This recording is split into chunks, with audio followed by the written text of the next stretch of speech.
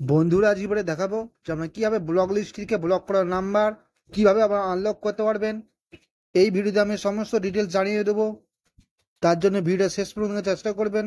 Block করার number unblock করার জন্য সর্বপ্রথম আমার নিজের ডায়াল প্যাড ওপেন করবেন। ডায়াল প্যাড ওপেন করার পর উপরে দেখতে পাবেন থ্রি ডট, এখানে আমরা ক্লিক করবেন। এরপর এখান থেকে অপশন দেখতে পাবেন সেটিং, এই অপশনটা আমরা ক্লিক করবেন। এরপর আমাদের সামনে এরকম অনেকগুলো অপশন দেখতে পাবেন। এখান থেকে আমরা একটা অপশন দেখতে পাবেন ব্লক নাম্বার।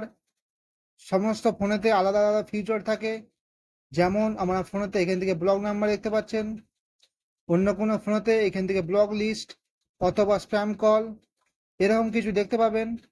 এরপর এখান থেকে আমার ব্লক নাম্বার এই অপশনটা আমরা ক্লিক করবেন। এখান থেকে সমস্ত ব্লক করা নাম্বার এখান থেকে আমরা দেখতে পাবেন। যে সমস্ত নাম্বারগুলো আমার ব্লক করে রেখেছেন সেই সমস্ত নাম্বারগুলো এখান থেকে আমরা দেখতে পাবেন।